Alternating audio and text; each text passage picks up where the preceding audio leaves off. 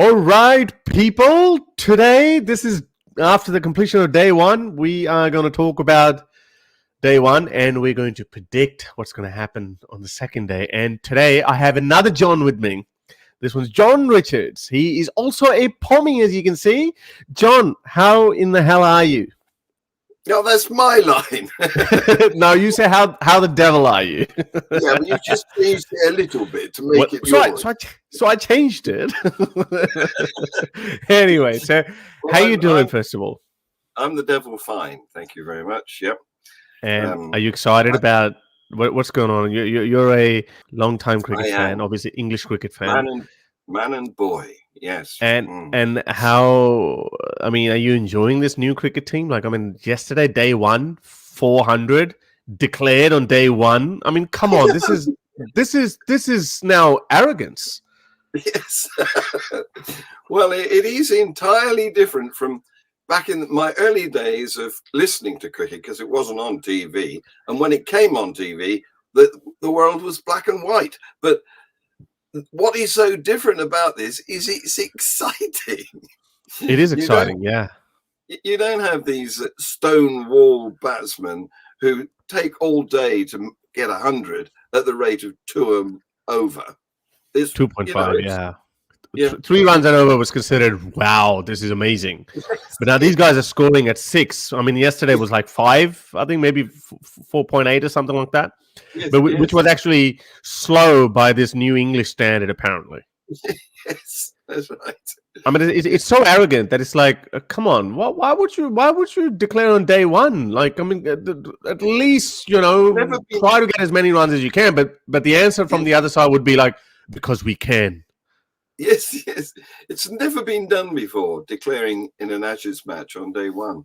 Really? It's never been done? Yeah, well, it doesn't surprise me. But so I understand the logic behind it, because England was already 8 down. And they would have thought, well, what's extra 20, 30 runs? But why not have a crack at the Aussie team, especially when Warner and Khawaja don't have a very good record in England? So why not go for them and get a couple of early wickets? But that didn't happen. That plan fell on his backside, so it didn't work. It didn't work, no. So what do you reckon then? Should they have kept going? Well, obviously hindsight is beautiful, but don't you think they should have gone, okay, let's just try to get 450? Because what happened in Test cricket, the goal has always been try to get as many runs as possible in the first innings. So in the second innings, you don't have to work as hard, because obviously as the pitch deteriorates, it gets harder and harder to score runs. So why not try to get to 450 and maybe 500, especially when Joe Root is batting, and then the way he was thrashing Nathan Lyon. That over of his. What was it? 6-1-4-6. Yes, in one that's over. Right. Yeah. 2 sixes. Yeah. Go on. Well. The thing is that he'd got his 100, which was the reason for staying on, and there was only Jimmy Anderson to come, and he's not famous for being a batsman. Batting. True. No. He gets a few, but it's probably not worth hanging around for him, because he's not going to be there for long.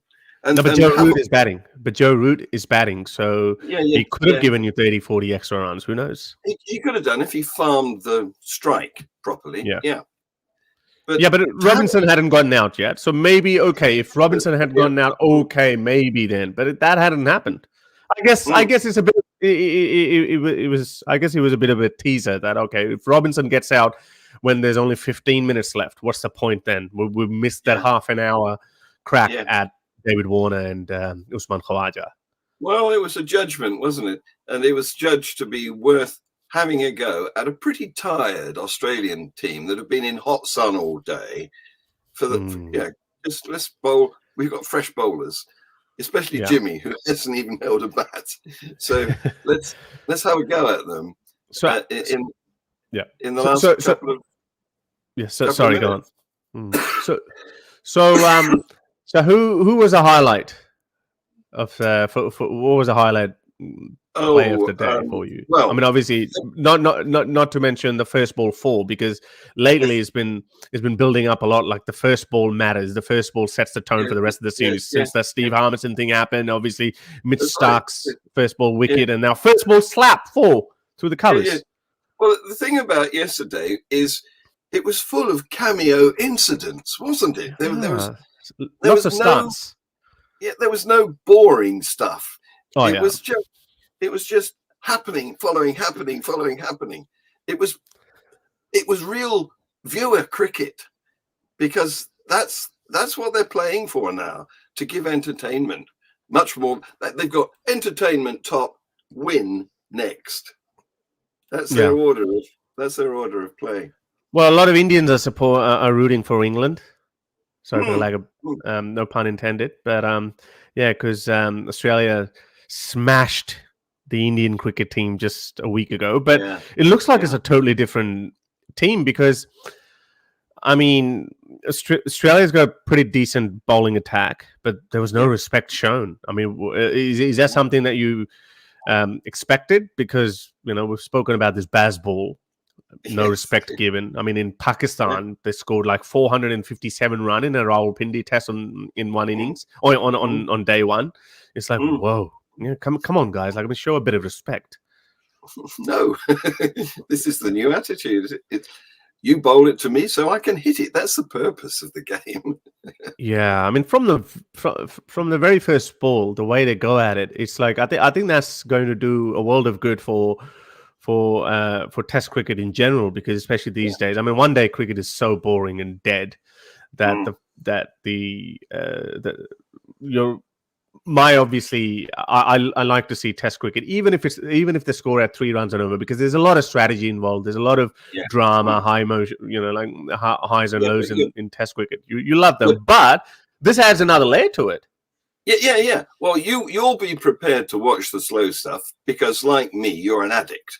But they're trying to capture a bigger audience, not this niche group of nerdy blokes who just want to watch it. No, but when I was growing up, but I think it comes with time and age. Like, I mean, you appreciate it more. Like, I mean, in the 90s and 2000s, when I was growing up, I lived to watch one-day cricket. I never really enjoyed Test cricket, but as I grew older, I realized, wow, this is really, really difficult. Test cricket is a real test. It's so anyone's ever played cricket, even at great cricket that we play. Like in Australia, we've got 2-day cricket or 35 over 1 days, and we notice the difference. Like in a 2-day game, you have to bat for like 80 overs. And there's like, whoa, it's a totally different ball game. And now amplify it to Test level. You can only imagine how difficult it would be. So anyway, once you get into 5 days and 2 innings per side, then you're talking about a strategy game, war rather than a battle. Yeah, that's right. So what are your predictions for today? What do you think? What's going to be the plan as far as more of the same? I want more of the same. You see, the games that I don't find so interesting now, because I've seen this stuff, are the ones where one side gets a huge score, and so from that moment on, we know who's going to win. And this is happening at the moment with the women's teams. I don't know if you followed the women's teams, but Australia women and England women are playing each other, and our women, England women, have scored 611 for 7. No way! What on day one? Yeah. In reply to Australia's 238 or something. Let me see. Hang on. So are you telling me, like, in 1 day's cricket, they've scored over 800 runs in only a single day? Oh, beg your pardon, it's day 2. So after 2 days, it's still a lot. We don't get me wrong. Yeah, but they pull the boundaries in, so no disrespect, but yeah. So here it is. Australian women all out 221. England women 611 for 7. So who batted first?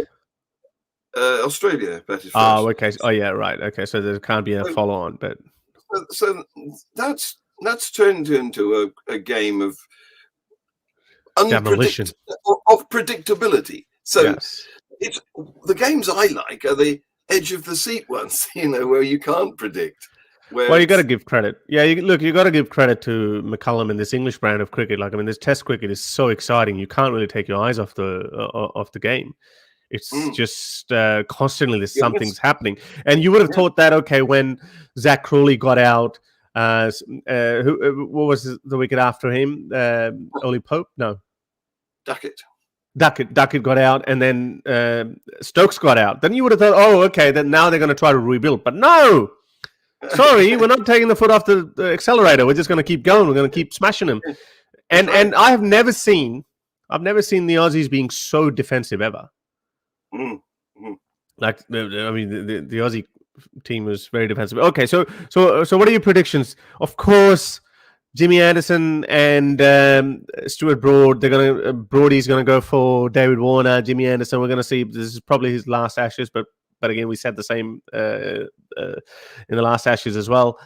Yeah. What do you reckon? They're going to... I mean, okay, it's one thing to go this Bazball when you're batting, but bowling, as far as bowling is concerned, I think it's still more or less the same. It is. You can't do Bazball attitudes towards bowling, really, can you? Yeah, unless you go overly aggressive, attacking field. Well, the batsman can handle that nowadays. Bouncers are easy meat, aren't they? So yeah. The thing is that the difficult art is bowling. Oh, yeah. Batting you have a fair chance of doing something, even if you're only moderately talented. But becoming a top bowler is extremely hard. Getting that reliability, always on the same spot, not too long, not too short, with a little bit of twist to it in the air or off the ground, that's difficult. And we've got two of the best ones in the world. Okay, they're coming to the end of their careers, but I reckon they'll still deliver the goods. Well, if we go by the standards that Jimmy Anderson has set, Jimmy Anderson's like, what, 42, 41, 43, 42? Yeah, I think it's somewhere around 42. Yeah, so Stuart Broad is only 36, so he's got another 6 years on him. I think he's 38, but I wouldn't bargain it. I wouldn't bank on it. Yeah, but still, I mean, even if you go look, because yesterday he was bowling, he bowled a few deliveries at 143 so I was like, oh, okay, still got it. So if you can bowl at around 140 or over 135, and you can move the ball at that age, then it means you can keep going until obviously you can no longer run. So well, the legs do give out eventually, but at the beginning, before this match even started, I was fearful because our team wasn't as hot as it had recently been. We had Stokesy with a knee problem. Yeah. We had two of the most elderly bowlers in the world. Jofra Archer is out with a back problem. Mark Wood. And exactly. So there you go. We put our second team up for this. Oh, come on. I guess we'll find out how good is your second team if Aussies don't do well. But I have a feeling, obviously. So as an English fan, which Aussie batter you're most concerned about or worried about? Oh, there's Usman, there's Smith, Labuschagne. Labuschagne, yeah. Those are probably the three most threatening. But Travis Head is good. That's Alex true. Carey. Yeah. Alex Carey. I mean, on paper, Aussie. I mean, I thought Aussie bowlers would do better than what they did, but I think now that's the real test. Because but Australia's definitely I would say, well, the pretty good all-round team. But I would say, batting-wise, I think Australia is very threatening. They are the top team at the moment, aren't they? Because they just trounced a number of other teams. So the game is still on. Of course. So what's your prediction? Okay, let's make it exciting. So what's your prediction? Is Australia going to be able to get to 350 or 400 or even over 300, you reckon? I think because we batted first and therefore we have them on the most deteriorated pitch. Yeah. I think we're going to win. Okay. But what if Australia scores 450 even then? Yeah, I reckon still. I don't see that Australia, unless Australia scores like 500 something, which who knows, because they've got pretty much they've got day 2 and day 3, which is Oh, probably the best time to bat. Another factor, of course, the weather. There's, Yeah. there's rain predicted. Yes, that's what I heard. Day 4 and day 5. Yeah, and that's why I think playing aggressive cricket helps you a lot, because England has already got 400 runs on the board with only a day's play. So, yeah, I guess that's going to be very interesting. What is your series prediction? What's going to be the end result? Oh, I've got to be loyal here and say I think it'll be, what is it, a 5-match series, isn't it? So I think it'll be 3-2 to us. Oh, that's a bit generous. The other Pommy was like 2-1. No, yeah, he said 2-1 to England and 2 draws. So I thought about it afterwards. I thought, okay, well, if there's going to be 1 draw, then it's going to be 2-all. And if there's going to be 2 draws, then it's going to be 2-1 to Australia. Now, obviously, I'm being loyal as well. I'm being wishful thinking here, thinker here. But having said that, though, Australian media, Australian betting companies, they went in saying, "Oh, Australia are the hot favorites." I was like, "Come on, what are you guys smoking?" You can't really be that cocky. But that's Australia for you, so they always feel that way. But anyway, I reckon today is going to be a very exciting day of cricket. Yeah. And we're going to be watching, and we hope that you will be watching too. And we will. then we're going to be back. Maybe not on day 3. Let's see how Australia goes about the business, and if they do well, we'll be back. If they don't, then I'll let the Poms do the talking. Okay. Well, I'm available at this time of day for tomorrow, but not thereafter. On weekdays, yes, I understand. Yeah, not weekday. Driving children to school. But I want to mention, before we pack this in, I want to mention the great success that we had a couple of weeks ago in London when we staged an event featuring Richard Dawkins. And it's videoed, and it will be uploaded to the Atheism UK channel in due course. Excellent. Can't wait for it. All right, guys. I'll see you next time. Cheers.